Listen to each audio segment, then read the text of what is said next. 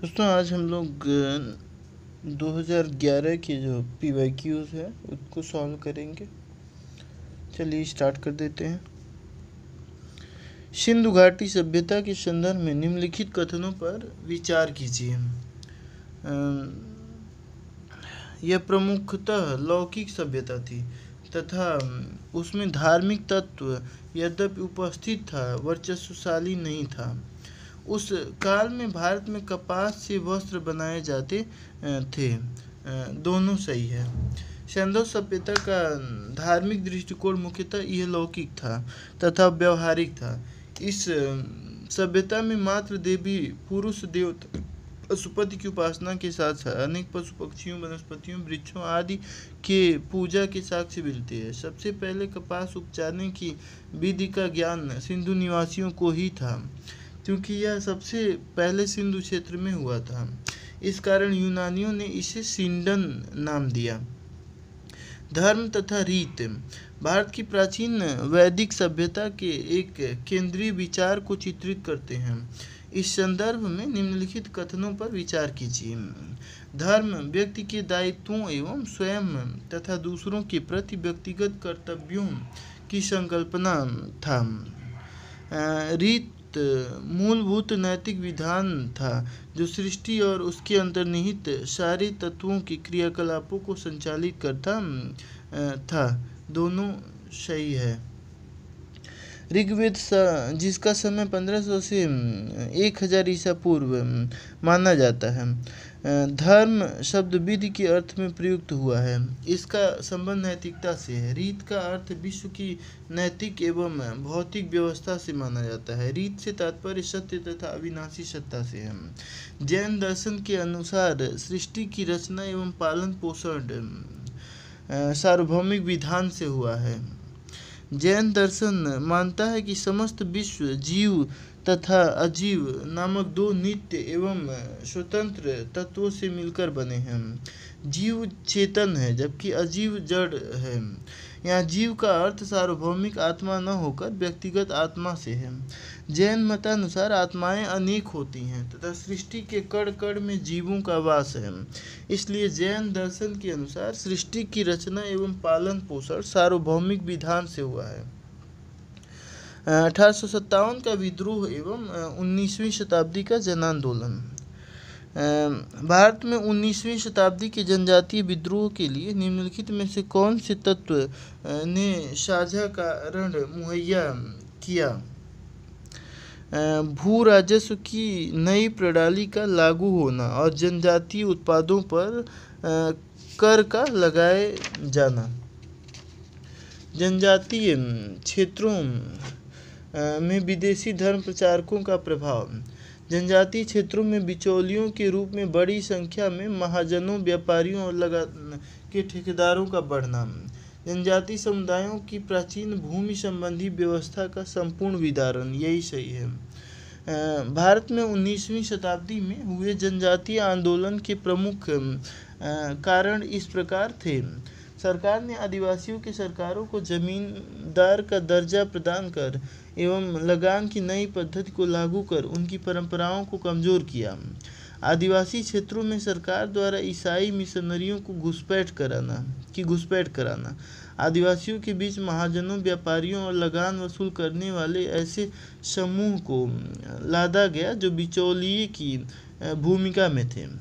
One क्षेत्रों में सरकारी नियंत्रण कठोर करने, ईंधन और पशुचारे के रूप में वन के उपयोग पर प्रतिबंध तथा झूम और पड़ खेती पर रोक। 1793 में लॉर्ड कॉर्नवालिस की भू व्यवस्था प्रणाली लागू होने के बाद कानूनी विवादों की प्रवृत्ति में बढ़ोतरी देखी गई थी। निम्नलिखित प्रावधानों में से किस एक को सामान्यतः इसके कारक के रूप में जोड़कर देखा जाता है? रैयत की तुलना में जमींदार की स्थिति को अधिक सशक्त बनाना, ईस्ट इंडिया कंपनी को जमींदारों का अधिपति बनाना, न्यायिक पद्धति को अधिक कार्यकुशल बनाना। उपर्युक्त ABC कथनों में से कोई भी सही नहीं है, तो यही डी जो है कोई भी सही नहीं है। कॉर्नवालिस की भू व्यवस्था प्रणाली में जमींदारों को भूस्वामी मान लिया गया तथा 1790 में उनसे 10 वर्ष की व्यवस्था कर दी गई। यही व्यवस्था 1793 में अस्थायी कर दी गई तथा जमींदारों तथा उसके उत्तराधिकारियों को शाश्वत रूप से दूसरी दर से भूमि कर देना होगा। भूमि के लगान का 8/9 भाग कंपनी को देना था तथा 1/9 अपनी सेवाओं के लिए अपने पास रखना था।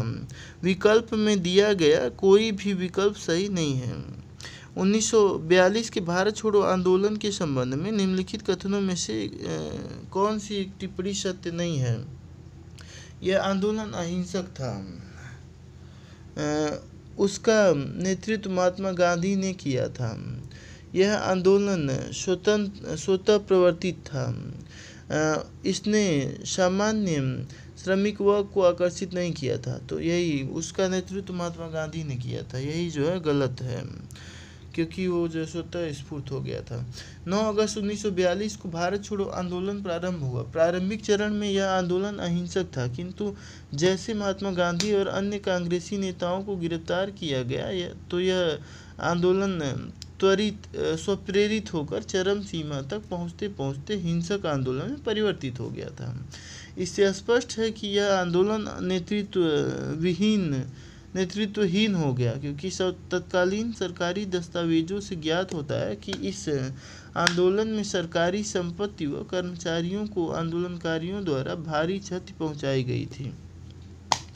खेड़ा के किसानों के पक्ष में महात्मा गांधी के सत्याग्रह संगठित करने का क्या कारण था? अकाल पड़ने के बावजूद प्रशासन ने भू राजस्व की उगाही स्थगित नहीं की थी। प्रशासन का यह प्रस्ताव था कि गुजरात में अस्थायी बंदोबस्त लागू कर दिया जाए। तो इसमें पहला सही है। वर्ष 1918 में खेड़ा गुजरात में किसानों की फसल नष्ट हो जाने के बाद भी ब्रिटिश सरकार ने लगान में छूट नहीं दी तथा भू राजस्व की उगाही जारी रखी। अकाल पड़ने के बावजूद प्रशासन ने भू राजस्व की उगाही स्थगित नहीं की। इस पर महात्मा गांधी ने खेड़ा के किसानों के साथ सत्याग्रह की शुरुआत की। सन 1893 में सर विलियम वेडबर्न तथा W.S. कैन ने किस उद्देश्य से इंडियन पार्लियामेंट्री कमेटी की स्थापना की? भारत में राजनीतिक सुधारों हेतु हाउस ऑफ कॉमन्स में आंदोलन के लिए, भारतीयों के साम्राज्यिक न्यायपालिका में प्रवेश हेतु अभियान करने के लिए, भारतीय स्वतंत्रता पर ब्रिटिश संसद में चर्चा सुगम करने के लिए, ब्रिटिश संसद में विख्यात भारतीयों के प्रवेश हेतु आंदोलन करने के लिए। तो पहला ही सही है। सन 1893 में विलियम वेडबर्न तथा W.S. कैन ने इंडियन पार्लियामेंट्री कमेटी की स्थापना भारत में राजनीतिक सुधारों हेतु हाउस ऑफ कॉमन्स में आंदोलन करने के लिए की थी।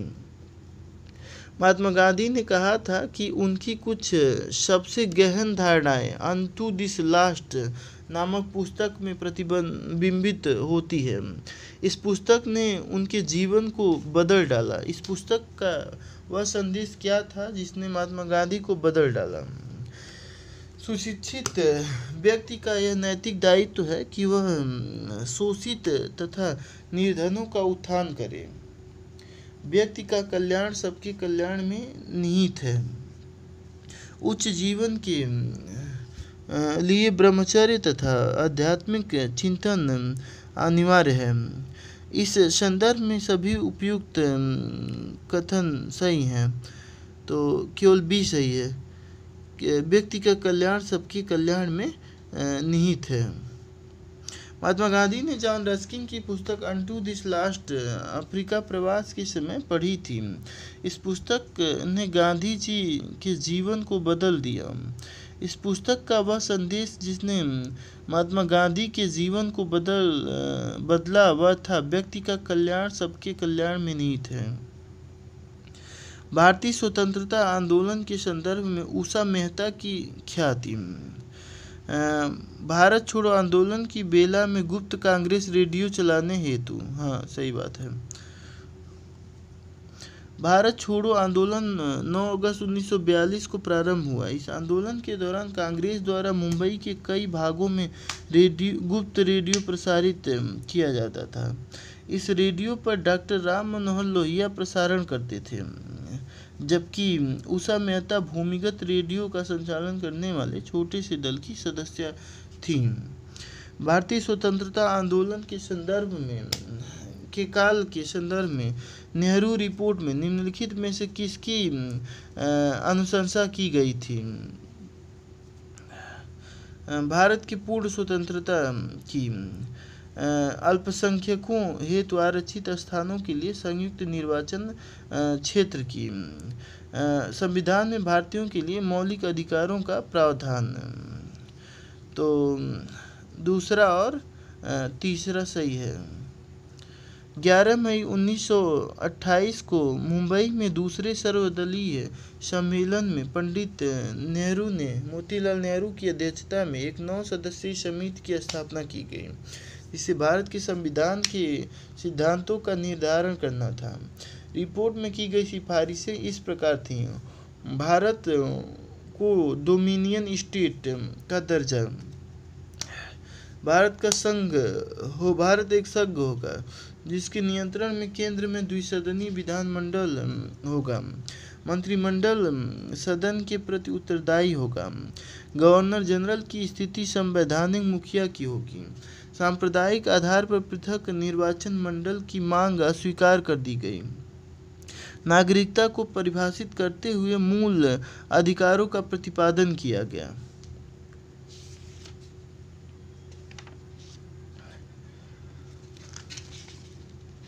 दो महत्वपूर्ण नदियां, जिनमें से एक का स्रोत झारखंड में है और जो उड़ीसा में दूसरे नाम से जानी जाती है, तथा दूसरी जिसका स्रोत उड़ीसा में है, समुद्र में प्रवाह करने से पूर्व एक ऐसे स्थान पर संगम करती है जो बंगाल की खाड़ी से कुछ ही दूर है।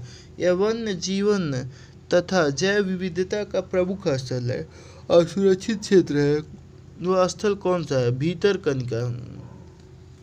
भीतरकनिका नामक स्थान पर ब्राह्मणी और बैतरणी नदी समुद्र में गिरने से पहले मिलती है। वन्यजीव तथा जैव विविधता से पारित क्षेत्र के रूप में भीतरकनिका विख्यात है। झारखंड में ब्राह्मणी नदी दक्षिणी कोयल के नाम से जानी जाती है। राउरकेला नामक स्थान पर शंख नदी उद्गम क्षेत्र झारखंड तथा छत्तीसगढ़ सीमा के निकट से दक्षिण कोयल में मिल जाने के बाद इसका नाम ब्राह्मणी हो जाता है। उड़ीसा राज्य के क्योंझर जिले के वैतरणी नदी का उद्गम गुप्त गंगा पहाड़ी से होता है। बलुई और लौड़ीय क्षेत्र एक भारतीय पशु जाति का प्राकृतिक आवास है। उस क्षेत्र में उस पशु के कोई परभक्षी नहीं है, किंतु आवास ध्वंस होने के कारण उसका अस्तित्व खतरे में है। यह पशु निम्नलिखित में से कौन सा हो सकता है? भारतीय वन्य गधा, यही सही है। बलुई और लौड़ीय क्षेत्र एक भारतीय पशु जाति का प्राकृतिक आवास है। ऐसा पशु भारतीय वन्य गधा है। कच्छ का रन इसका प्राकृतिक आवास है। इस क्षेत्र में उस पशु के कोई परभक्षी नहीं है, किंतु आवास ध्वंस होने के कारण इसका अस्तित्व खतरे में है। मृदा का लवणीकरण मृदा में एकत्रित सिंचित जल के वाष्पीकृत होने से पीछे छूटे नमक और खनिजों से उत्पन्न होता है। सिंचित भूमि पर लवणी भवन का क्या प्रभाव पड़ता है? यह कुछ मृदाओं को अपारगम्य बना देता है। मृदा का लवणी भवन मृदा में एकत्रित सिंचित जल के वाष्पीकृत होने से पीछे छूटे नमक और खनिजों से उत्पन्न होता है। सिंचित भूमि पर लवणी भवन होने के कारण मृदा अपारगम्य बन जाती है। प्रकृति एवं प्राकृतिक संसाधन अंतर्राष्ट्रीय संरक्षण संघ IUCN द्वारा प्रकाशित रीड डाटा बुक्स में निम्नलिखित सूची या सूचियां सम्मिलित की जाती हैं। जीव विविधता के प्रखर स्थलों हॉटस्पॉट्स में विद्यमान स्थानिक पौधों और पशु जातियों की सूची, संकटग्रस्त पौधों और पशु जातियों की सूची, विभिन्न देशों में प्रकृति एवं प्राकृतिक संसाधन संरक्षण हेतु संरक्षित स्थलों की सूची। केवल दूसरा सही है। प्रकृति एवं प्राकृतिक संसाधन अंतर्राष्ट्रीय संरक्षण संघ IUCN द्वारा प्रकाशित रीड डाटा बुक्स में संकटग्रस्त पौधों और पशु जातियों की सूचियां सम्मिलित की जाती हैं। IUCN की स्थापना 1948 में प्रकृति के संरक्षण और प्राकृतिक संसाधनों के सतत उपयोग को बढ़ावा देने के उद्देश्य से की गई थी। गंगा के निचले मैदानों की यह विशेषता है कि यहाँ वर्ष भर जलवायु उच्च तापमान के साथ आर्द्र बनी रहती है। इस क्षेत्र के लिए निम्नलिखित फसलों के युग्मों में से कौन सा युग्म सबसे उपयुक्त है? धान और जूट। गंगा के निचले मैदानों की सर्वप्रमुख विशेषता यह है कि यहाँ वर्ष भर जलवायु उच्च तापमान के साथ आर्द्र बनी रहती है, जिससे यह क्षेत्र धान और जूट फसलों के लिए सबसे उपयुक्त है। तिब्बत में उत्पत्ति पाने वाली ब्रह्मपुत्र, इरावदी और मैकांग नदियाँ अपने ऊपरी पाटों में संकीर्ण और समांतर पर्वत श्रेणियों से होकर प्रवाहित होती हैं। इन नदियों में ब्रह्मपुत्र भारत में प्रविष्ट होने से ठीक पहले अपने प्रवाह में एक यू टर्न लेती है। यह यू टर्न क्यों बनता है? भूवैज्ञानिक तरुण हिमालय के अक्षसंघीय नमन के कारण। ब्रह्मपुत्र, इरावदी और मैकांग नदियों की उत्पत्ति तिब्बत में होती है। ये संकीर्ण और समानांतर पर्वत श्रेणियों से होकर प्रवाहित होती हैं। ब्रह्मपुत्र नदी भारत में प्रवेश से पूर्व एक यू टर्न लेती है। यह यू टर्न भूवैज्ञानिक तरुण हिमालय के अक्षसंघीय नमन के कारण है। निम्नलिखित विशेषताएं भारत के एक राज्य की विशिष्टताएं हैं।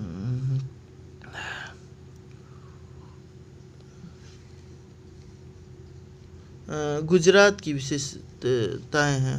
उसका उत्तरी भाग शुष्क एवं अर्धशुष्क है। उसके मध्य भाग में कपास का उत्पादन होता है। उस राज्य में खाद्य फसलों की तुलना में नकदी फसलों की खेती अधिक होती है। तो ये बात कहाँ की है? गुजरात की है।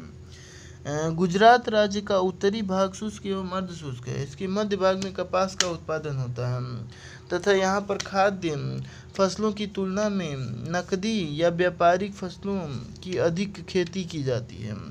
इसका गुजरात वर्तमान अस्तित्व 1 मई 1960 को आया। यह भारत के पश्चिमी तट पर स्थित है। यहाँ की मुख्य फसल तंबाकू, कपास एवं मूंगफली है। सूक्ष्म सिंचाई की पद्धति के संदर्भ में निम्नलिखित में से कौन सा कथन सही है? मृदा से उर्वरक पोषक हानि कम की जा सकती है। यह वर्षाधीन खेती की सिंचाई का एकमात्र साधन है। इससे कुछ कृषि क्षेत्रों में भौम जल स्तर को कम होने से रोका जा सकता है। तो पहला और तीसरा सही है, दूसरा गलत है। सूक्ष्म सिंचाई पद्धति सिंचाई की आधुनिक उत्कृष्ट तकनीकी में से एक है। इसके द्वारा मृदा से उर्वरक पोषक हानि कम की जा सकती है तथा इससे कुछ कृषि क्षेत्रों में भौम जल स्तर को कम होने से रोका जा सकता है। निम्नलिखित राज्यों में से किस राज्य में ऐसी सर्वोपयुक्त जलवायु विषयक स्थितियां उपलब्ध हैं जिसमें न्यूनतम लागत से आर्किड की विविध किस्मों की खेती हो सकती है और वह इस क्षेत्र में निर्यात उन्मुख उद्योग विकसित कर सकता है? अरुणाचल प्रदेश। अरुणाचल प्रदेश राज्य में सर्वोत्तम जलवायु विषयक स्थितियां उपलब्ध हैं, जिससे यहाँ पर आर्किड की विविध किस्मों की खेती हो सकती है तथा यहाँ पर निर्यातोन्मुखी उद्योग विकसित किया जा सकता है। उत्तर पूर्वी भारत में अरुणाचल प्रदेश प्रमुख पर्यटक क्षेत्र के रूप में उभर रहा है। इसे प्रकृति का खजाना और आर्किड की विविध किस्मों का घर माना जाता है। ब्रह्मांड एवं सौर मंडल। पृथ्वी के चारों ओर परिक्रमा कर रहा कृत्रिम उपग्रह इसलिए पृथ्वी पर नीचे नहीं गिरता क्योंकि पृथ्वी का आकर्षण उसकी गति के लिए आवश्यक त्वरण प्रदान करता है। पृथ्वी के चारों ओर परिक्रमा कर रहा कृत्रिम उपग्रह इसलिए पृथ्वी पर नीचे नहीं गिरता क्योंकि पृथ्वी का आकर्षण उसकी गति के लिए आवश्यक त्वरण प्रदान करता है। पृथ्वी के चारों ओर परिक्रमा करते हुए कृत्रिम उपग्रह पर दो प्रकार के बल कार्य करते हैं, एक है केंद्रीय बल और दूसरा है प्रक्षोभ बल। गोलाकार पृथ्वी पर गुरुत्वाकर्षण बल केंद्रीय बल होता है, जिसके कारण उपग्रह अपनी गति के लिए आवश्यक अपकेंद्रीय त्वरण प्राप्त कर पृथ्वी की वृत्तीय तथा दीर्घवृत्तीय कक्षा में परिक्रमा करता है और पृथ्वी पर नीचे नहीं गिरता है। क्षुद्र ग्रहों तथा धूमकेतु के बीच क्या अंतर होता है? क्षुद्र ग्रह लघु चट्टानी ग्रहिकाएं प्लेनेटाइड हैं, जबकि धूमकेतु हिमशीतित गैसों से निर्मित होते हैं जिन्हें चट्टानी और धातु पदार्थ आपस में बांधे रखते हैं। क्षुद्र ग्रह अधिकांशतः बृहस्पति और मंगल की परिक्रमा पथों के बीच पाए जाते हैं, जबकि धूमकेतु अधिकांशतः शुक्र और बुध के बीच पाए जाते हैं। धूमकेतु गोचर दीप्तिमान पूंछ दर्शाते हैं, जबकि क्षुद्र ग्रह यह नहीं दर्शाते हैं। तो पहला और तीसरा सही है, दूसरा गलत है। मंगल एवं बृहस्पति की कक्षाओं के बीच छोटे छोटे आकाशीय पिंड हैं जो सूर्य की परिक्रमा करते रहते हैं, उन्हें क्षुद्र ग्रह कहते हैं। खगोलशास्त्रियों के अनुसार ग्रहों के विस्फोट के फलस्वरूप टूटे टुकड़ों से क्षुद्र ग्रह का निर्माण हुआ है। सौरमंडल के छोर पर बहुत ही छोटे छोटे अरबों पिंड विद्यमान है जो धूमकेतु या पुच्छल तारे कहलाते हैं। यह गैस एवं धूल का संग्रह है जो आकाश में लंबी चमकदार पूंछ सहित भारत के चमकीले गोले के रूप में दिखाई देते हैं।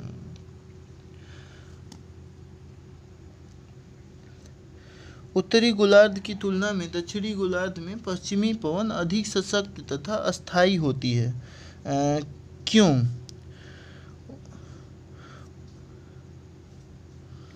उत्तरी गोलार्ध की तुलना में दक्षिणी गोलार्ध में भूखंड कम है।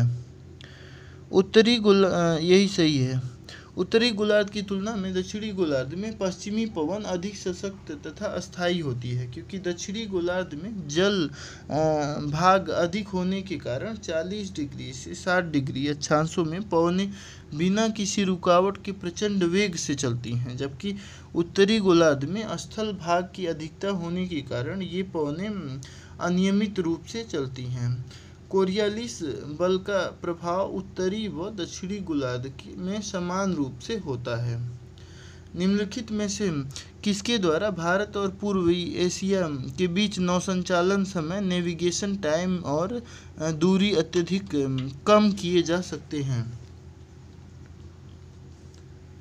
मलेशिया और इंडोनेशिया के बीच मलक्का जलडमरू मध्य को अधिक गहरा बनाकर सियाम खाड़ी और अंडमान सागर के बीच का भूसंधि जलडमरू मध्य के पार नई नहर खोलकर। तो दूसरा सही है।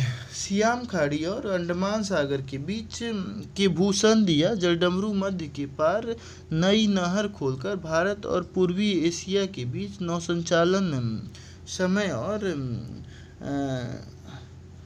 दूरी को अत्यधिक कम किया जा सकता है। उच्चतर अक्षांशों की तुलना में निम्नलिखित अक्षांशों में जीव विविधता सामान्यतः अधिक होती है।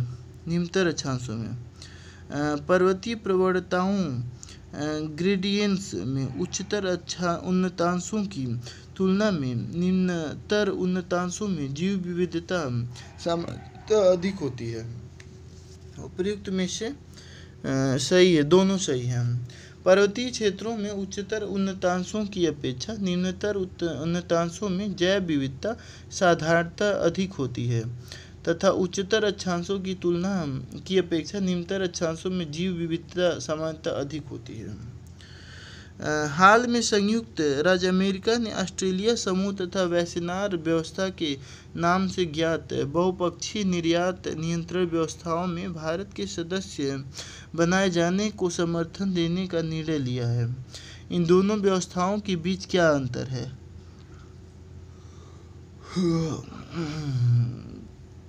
ऑस्ट्रेलिया समूह 1985 में स्थापित अनौपचारिक समूह है जिसमें 43 सदस्य हैं।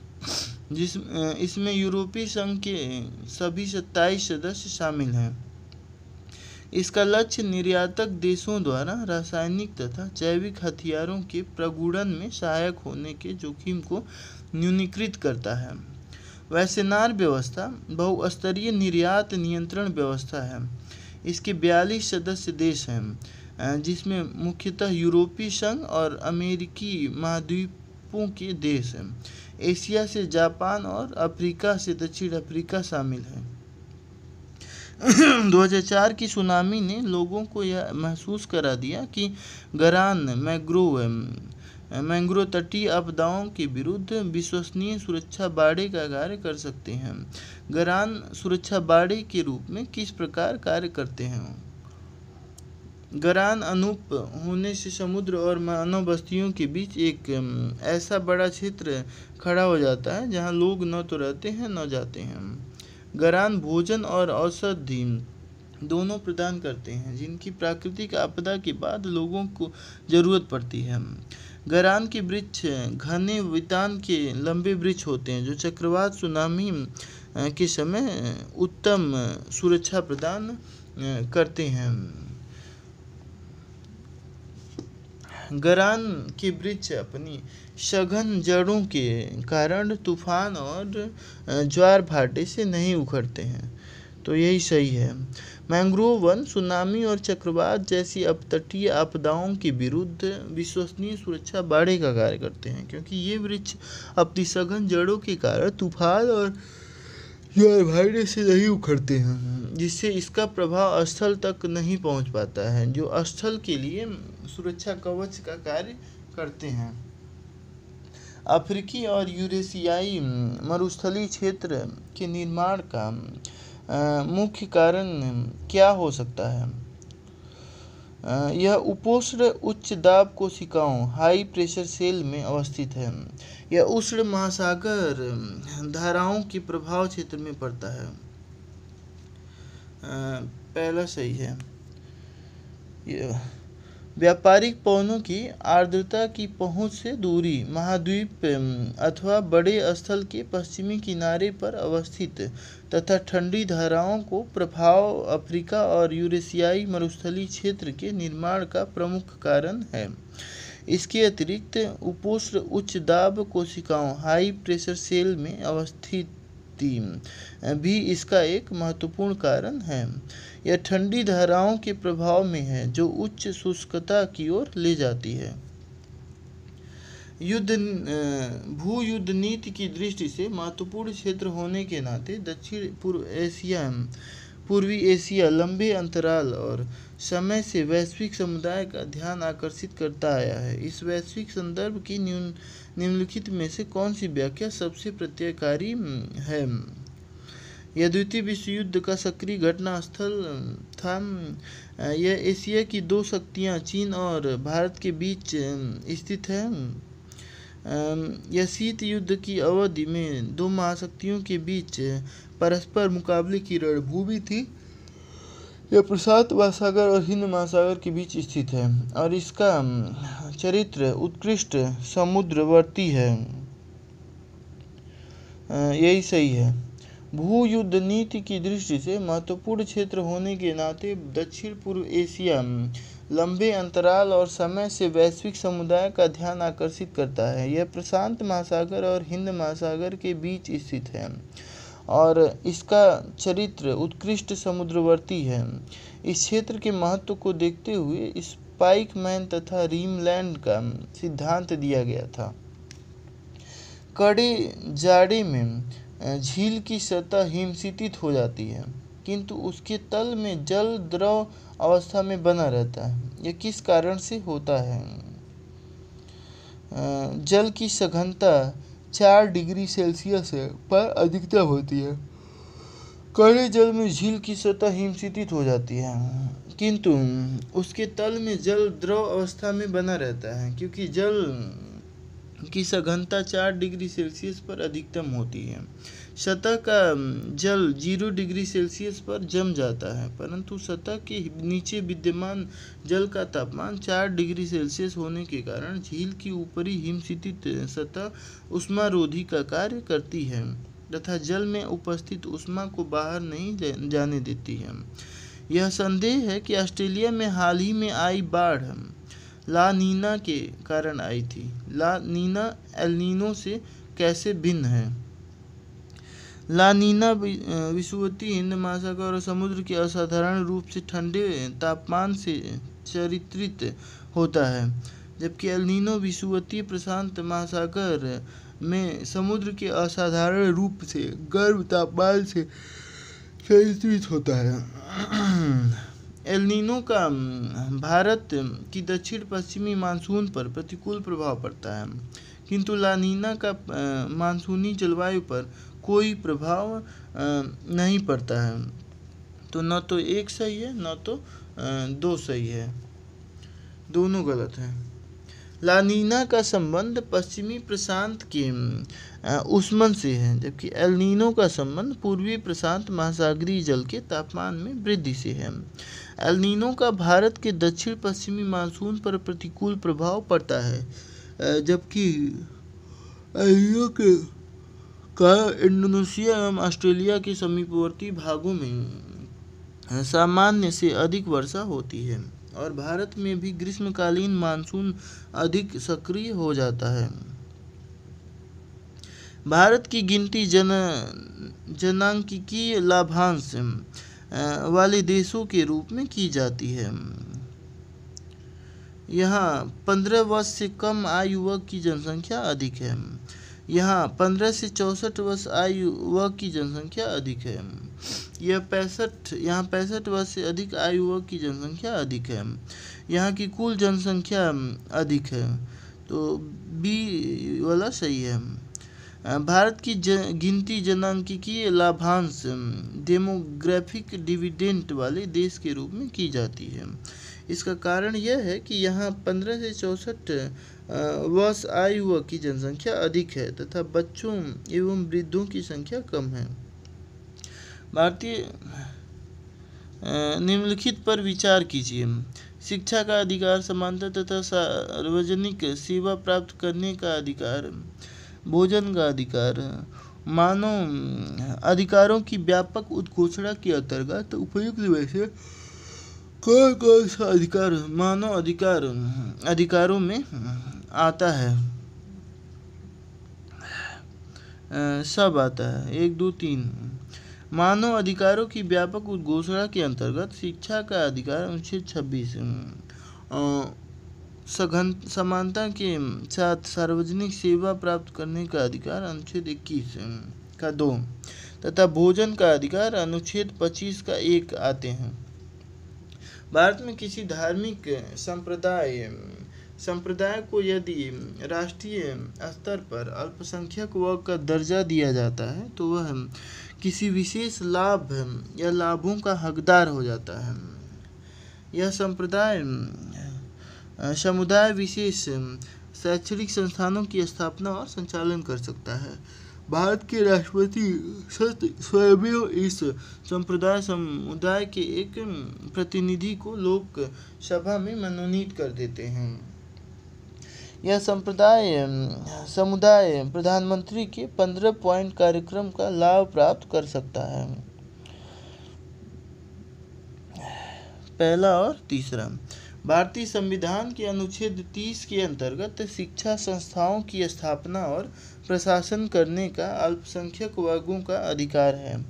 अनुच्छेद 30 एक के अनुसार धर्म या भाषा पर आधारित सभी अल्पसंख्यक वर्गों को अपनी रुचि की शिक्षा संस्थाओं की स्थापना और प्रशासन का अधिकार होगा।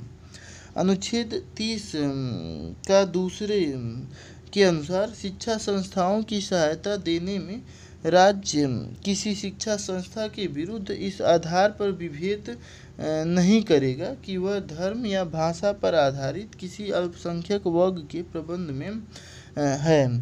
केंद्र सरकार द्वारा अल्पसंख्यक वर्गों के कल्याण के लिए प्रधानमंत्री का 15 पॉइंट कार्यक्रम प्रारंभ किया गया।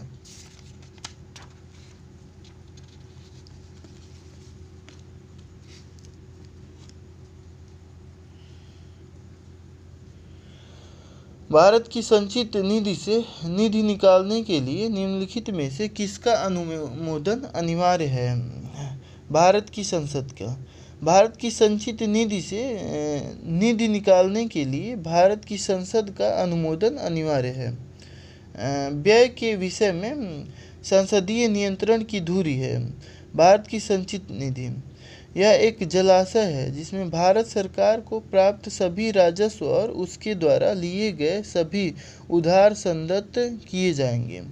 अनुच्छेद 266 का 3 के अनुसार भारत की संचित निधि में से धनराशियां विधि के अनुसार ही व्यय की जाएंगी। करों और सरकारी कामकाज के निर्वाह में हुई अन्य प्राप्तियों से संघीय सरकार को प्राप्त हुआ समूचा राजस्व जमा होता है। भारत की आकस्मिक निधि से लोकलेखे में भारत की संचित निधि में यही सही है। करों और सरकारी कामकाज के निर्वाह में हुई अन्य प्राप्तियों से संघीय सरकार को प्राप्त हुआ समूचा राजस्व भारत की संचित निधि में जमा होता है। अनुच्छेद 266 वन के अनुसार अनुच्छेद 267 के उपबंधों के तथा कुछ करों और शुल्कों के शुद्ध आगम पूर्णतः या भागतः राज्यों को सौंप दिए जाने के संबंध में इस अध्याय के उपबंधों के अधीन रहते हुए भारत सरकार को प्राप्त सभी राजस्व उस सरकार द्वारा राज्य हुंडियां निर्गमित करके उधार द्वारा या अर्थोपाय अग्रिमों द्वारा लिए गए सभी उधार और उधारों के प्रतिसंदाय में उस सरकार को प्राप्त सभी धनराशियों की एक संचित निधि बनेगी जो भारत की संचित निधि के नाम से ज्ञात होगी। भारतीय संविधान के अंतर्गत निम्नलिखित में से कौन सा मूल कर्तव्य नहीं है? लोक चुनाव में मतदान करना, वैज्ञानिक प्रवृत्ति विकसित करना, सार्वजनिक संपत्ति की सुरक्षा करना, संविधान के प्रति निष्ठावान रहना और उसके आदर्शों का सम्मान करना। तो पहला जो है लोक चुनाव में मतदान करना। भारतीय संविधान के अंतर्गत लोक चुनाव में मतदान करना मूल कर्तव्य नहीं है। अनुच्छेद 51 बाकी तो जानता ही हूँ। संविधान 73वां संशोधन अधिनियम 1992 जिसका लक्ष्य देश में पंचायती राज संस्थापनों को प्रोत्साहित करना है, निम्नलिखित में से किन चीज़ों की व्यवस्था करता है? जिला योजना समितियों का गठन करने की, राज्य निर्वाचन आयोगों द्वारा सभी पंचायतों का चुनाव करने की, राज्य वित्त आयोगों की स्थापना करने की। तो पंचायती राज है ना। संविधान का 73वां संविधान अधिनियम 1992 द्वारा भारत में त्रिस्तरीय पंचायती राज व्यवस्था की स्थापना की गई। ये ग्राम, ब्लॉक और जिला स्तर पर स्थापित की गई है। इन्हें क्रमशः ग्राम सभा, ब्लॉक अथवा समिति और जिला परिषद के नाम से जाना जाता है। यह अधिनियम 24 अप्रैल 1993 से पूरे देश में लागू हुआ था।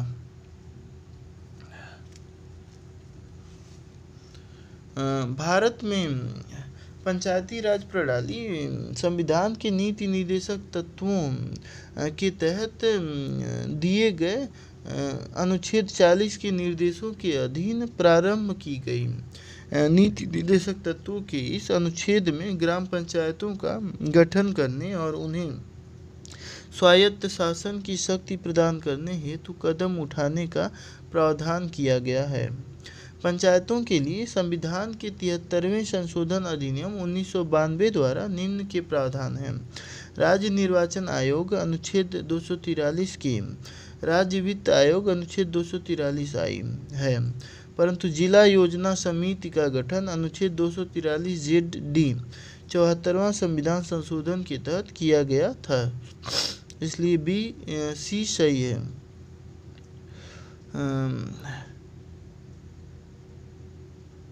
भारत में विकलांग व्यक्तियों की संख्या लाखों में है। वैधानिक स्तर पर उन्हें कौन कौन से लाभ उपलब्ध हैं? सरकार द्वारा चलाए जा रहे स्कूलों में 18 वर्ष की आयु तक निःशुल्क शिक्षा, व्यवसाय स्थापित करने के लिए वरीयता से भूमि का आवंटन, सार्वजनिक भवनों में ढाल की उपलब्धता होना, तो तीनों सही है। विकलांग व्यक्ति समान अवसर अधिकारों की रक्षा और पूर्ण सहभागिता अधिनियम 1995 नामक कानून फरवरी 1996 में लागू किया गया। इस कानून के तहत केंद्र और राज्य स्तर पर विकलांगों के पुनर्वास को बढ़ावा देने वाले कार्यक्रमों जैसे शिक्षा, रोजगार और व्यावसायिक प्रशिक्षण, अनुकूल परिवेश का निर्माण, विकलांगों के लिए पुनर्वास सेवाओं का प्रावधान, संस्थागत सेवाएं और सहायक सामाजिक सुरक्षा उपाय जैसे केंद्र और राज्य दोनों स्तरों पर बेरोजगारी भत्ता तथा शिकायत निवारण तंत्र आदि बातों पर ध्यान दिया गया है। इसी के अंतर्गत विकलांग बच्चों को 18 वर्ष की आयु तक अनिवार्य शिक्षा का प्रावधान है तथा व्यवसाय स्थापित करने के लिए वरीयता से भूमि का आवंटन तथा सार्वजनिक भवनों में ढाल की उपलब्धता का भी प्रावधान किया गया है।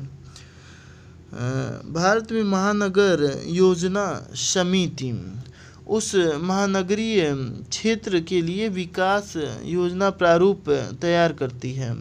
उस महानगरीय क्षेत्र में सरकार की प्रायोजित योजनाओं को लागू करने का पूर्ण दायित्व पूरा करती है। तो दोनों सही है, पहला और दूसरा सही है। भारतीय संविधान के अनुच्छेद 243 ZE में महानगर योजना के लिए समिति के गठन का प्रावधान है। इसके अनुसार प्रत्येक महानगर क्षेत्र में संपूर्ण महानगर क्षेत्र के लिए विकास योजना प्रारूप तैयार करने के लिए एक महानगर योजना समिति का गठन किया जाएगा। भारत के वित्त आयोग के संदर्भ में निम्नलिखित में से कौन सा कथन सही है? वह अवसंरचना विकास हेतु विदेशी पूंजी अंतर प्रवाह प्रोत्साहित करता है। वह सार्वजनिक क्षेत्र प्रतिष्ठानों में समुचित वित्त वितरणों को सुगम बनाता है। वह वित्तीय प्रशासन में पारदर्शिता सुनिश्चित करता है। इनमें से ABC कथनों में से कोई भी सही नहीं है, तो यही बात सही है, कोई सही नहीं है। केंद्र से राज्यों को वित्तीय हस्तांतरण हेतु दिशा निर्देश सुझाने के लिए वित्त आयोग का गठन किया गया। संविधान के अनुच्छेद 280(1) के में यह व्यवस्था है कि राष्ट्रपति द्वारा प्रत्येक 5 वर्षों के पश्चात या आवश्यकता पड़ने पर उससे पूर्व एक वित्त आयोग का गठन किया जाएगा, जिसमें अध्यक्ष के अतिरिक्त 4 अन्य सदस्य होंगे। अनुच्छेद 280(3) के अनुसार आयोग का कर्तव्य होगा कि वह राष्ट्रपति को निम्नलिखित के संबंध में अपनी संस्तुतियां दें। केंद्र तथा राज्यों के बीच विभाजनीय करों से प्राप्त शुद्ध राजस्व का वितरण तथा इसमें विभिन्न राज्यों का हिस्सा भारत की संचित निधि में से राज्यों के राजस्व में सहायता अनुदान की शासित करने वाले सिद्धांतों के बारे में राज्य के वित्त आयोग द्वारा की गई सिफारिशों के आधार पर राज्य में नगरपालिकाओं के संशोधन की अनुपूर्ति के लिए किसी राज्य की संचित निधि के संवर्धन के लिए आवश्यक अध्युपायों के बारे में। सुदृढ़ वित्त के हित में राष्ट्रपति द्वारा आयोग को निर्दिष्ट किया गया यह अन्य कोई मामला।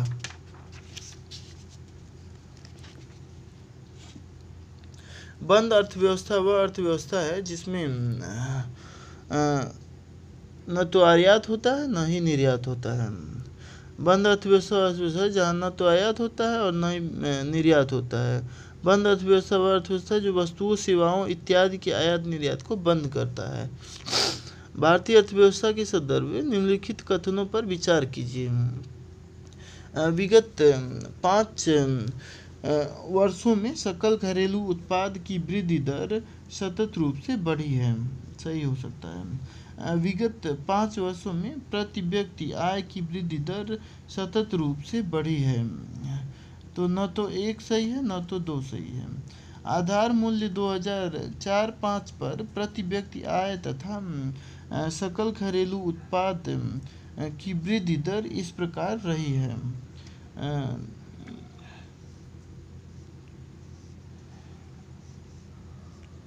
जीडीपी सकल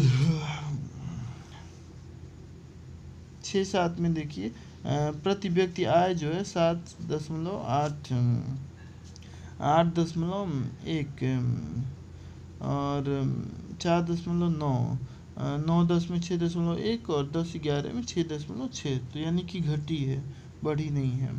और इसी तरह से जीडीपी भी क्या है 9.6 पहले, फिर 9.2, फिर 6.9, फिर 8.6। तो वही कम ज़्यादा होते रहा है। घरेलू उत्पाद उपर्युक्त तालिका देखने से स्पष्ट हो जाता है कि न तो प्रति व्यक्ति आय और न ही सकल घरेलू उत्पाद विगत 5 वर्षों में लगातार बढ़ा है। वर्तमान में आधार मूल्य जो है 2011-12 है। भारत में निम्नलिखित में से किसी तथा संबद्ध गतिविधियों में ऋण के वितरण में सबसे अधिक हिस्सेदारी है। वाणिज्यिक बैंकों की, सहकारी बैंकों की, क्षेत्रीय ग्रामीण बैंकों की और सूक्ष्म वित्त संस्थाओं की। तो वाणिज्यिक बैंकों की। कृषि तथा संबद्ध क्षेत्रों में व्यय के रूप में सबसे अधिक हिस्सेदारी वाणिज्यिक बैंकों की है। वाणिज्यिक बैंकों ने 2006-07 में क्षेत्रीय ग्रामीण बैंकों के साथ कृषि क्षेत्र को 1,40,380 करोड़ रुपए का प्रत्यक्ष ऋण उपलब्ध कराया, जबकि क्षेत्रीय ग्रामीण बैंक ने लगभग 20,440 करोड़ रुपए का वार्षिक ऋण उपलब्ध कराया है। केंद्रीय बजट 2011-12 में जैव मूल एस्फॉल्ट बायो एस्फॉल्ट पर मूल सीमा शुल्क की पूरी छूट प्रदान की गई है। इस पदार्थ का क्या महत्व है? पारंपरिक एस्फॉल्ट के विपरीत बायो एस्फॉल्ट जीवाश्म ईंधनों पर आधारित नहीं होता। बायो एस्फॉल्ट अनवीकरणीय नॉन रिन्यूएबल साधनों से निर्मित हो सकता है। बायो एस्फॉल्ट जैव अपशिष्ट पदार्थों से निर्मित हो सकता है। बायो एस्फॉल्ट से सड़कों की ऊपरी सतह बिछाना पारिस्थितिकी के अनुकूल है। तो पहला, तीसरा और चौथा सही है। बायो एस्फॉल्ट पारंपरिक एस्फॉल्ट डॉमर का विकल्प है, जिसका निर्माण जीवाश्म ईंधनों पर आधारित नहीं होता है। इसका निर्माण गैर पेट्रोलियम आधारित नवीकरणीय स्रोतों से किया जाता है।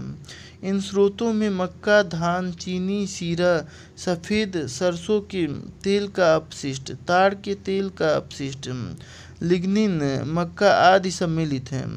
बायो एस्फॉल्ट सड़कों की सतह का तापमान कम रखने में मददगार है, अतः बायो एस्फॉल्ट से सड़कों की ऊपरी सतह बिछाना पारिस्थितिकी के अनुकूल है। प्रत्यक्ष विदेशी निवेश एफडीआई तथा संस्थागत विदेशी निवेशक एफआईआई दोनों ही किसी देश में निवेश से संबद्ध हैं। निम्नलिखित में से कौन सा कथन दोनों के बीच की एक महत्वपूर्ण भिन्नता को सबसे अच्छे ढंग से व्यक्त करता है? FII बेहतर प्रबंधन कुशलताएं तथा प्रौद्योगिकी अंतरण को लाने में सहायक है, जबकि FDI केवल पूंजी लेकर आता है। FII व्यापक स्तर पर पूंजी उपलब्धता बढ़ाने में सहायक है, जबकि FDI का लक्ष्य केवल विशिष्ट क्षेत्रों तक सीमित है। FDI केवल द्वितीयक बाजार में चालित होता है, जबकि FII का लक्ष्य प्राथमिक बाजार होता है। प्रत्यक्ष विदेशी निवेश तथा संस्थागत निवेशक FII दोनों ही किसी देश में निवेश से संबद्ध हैं।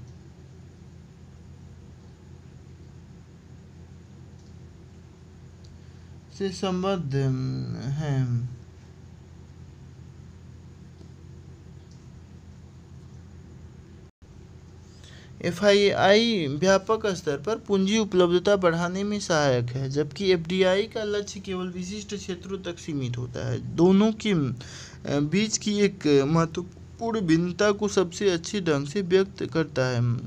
भौतिक संपदा जैसे कारखाने, भूमि, पूंजीगत वस्तुएं तथा आधारिक संरचना वाले क्षेत्रों में अपना धन लगाते हैं, तो इसे प्रत्यक्ष विदेशी पूंजी निवेश कहा जाता है। अधिकांशतः इस प्रकार के निवेश बहुराष्ट्रीय कंपनियों द्वारा किए जाते हैं। FII संस्थागत विदेशी निवेश द्वितीयक बाजार में ही मुख्य रूप से चालित होता है। आम आदमी बीमा योजना के संदर्भ में, इस योजना के अंतर्गत बीमाकृत व्यक्ति भूमिहीन ग्रामीण कुटुंब के परिवार का मुखिया अथवा कमाऊ सदस्य होना चाहिए। बीमाकृत व्यक्ति 30 से 65 के आयु वर्ग में होना चाहिए। योजना में बीमाकृत व्यक्ति की कक्षा 9 से 12 के बीच रहे 2 बच्चों तक के लिए निःशुल्क छात्रवृत्ति का प्रावधान है। तो पहला और तीसरा सही है, दूसरा गलत है। निर्धनता रेखा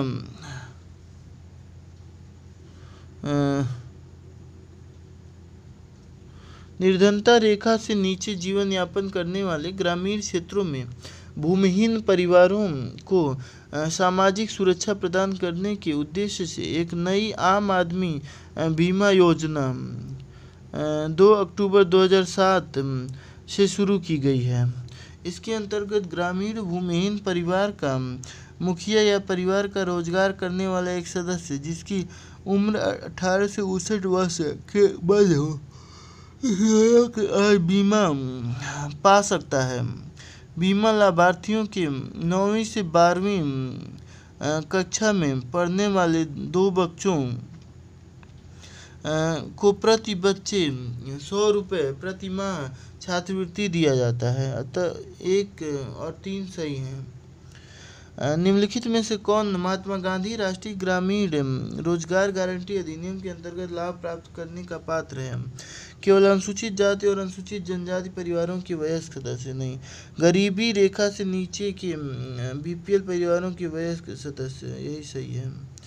लेकिन नहीं, सभी पिछड़े समुदायों के परिवारों के वयस्क सदस्य, किसी भी परिवार के वयस्क सदस्य। महात्मा गांधी राष्ट्रीय ग्रामीण रोजगार गारंटी अधिनियम के तहत चयनित जिलों में ग्रामीण क्षेत्रों में प्रत्येक परिवार के एक सदस्य को वर्ष में कम से कम 100 दिन अकुशल श्रम वाले रोजगार की गारंटी दी गई है। इस योजना का शुभारंभ प्रधानमंत्री डॉक्टर मनमोहन सिंह ने 2 फरवरी 2006 को आंध्र प्रदेश के अनंतपुर जिले में किया। पहले चरण के कार्यान्वयन के लिए चयनित 200 जिलों में से 150 जिले शामिल थे, जहां काम के बदले रोजगार कार्यक्रम पहले से चल रहा था। काम के बदले अनाज योजना व संपूर्ण ग्रामीण रोजगार योजना का विलय अब इस नई योजना में कर दिया गया है। 1 अप्रैल 2008 से इस योजना का संपूर्ण देश में लागू कर दिया गया है। यह वार्षिक संघीय बजट लोक सभा द्वारा पारित नहीं होता है। प्रधानमंत्री अपनी मंत्रिपरिषद का त्यागपत्र पेश कर देता है।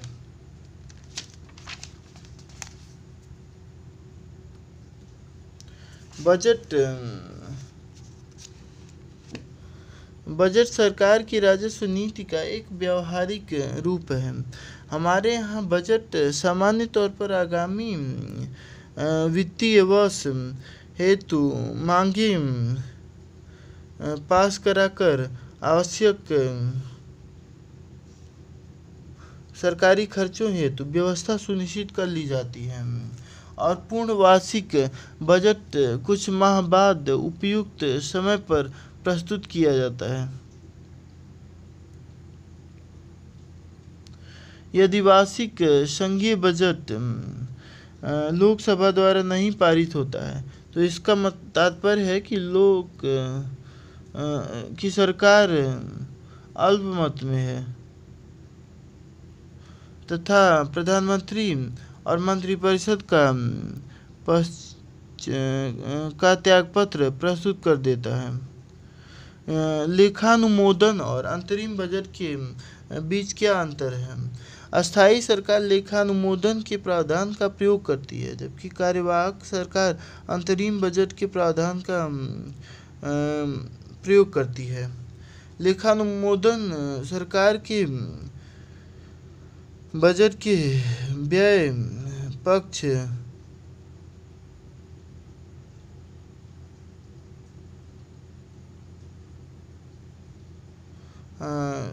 अनुच्छेद 116 क के अंतर्गत लोकसभा तथा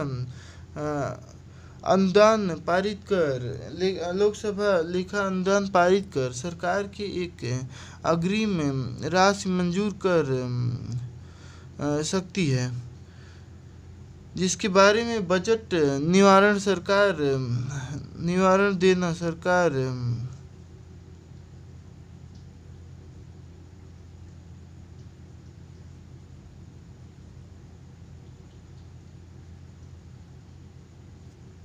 अब मुझे नींद आ रही है, अब मैं नहीं पढ़ सकता।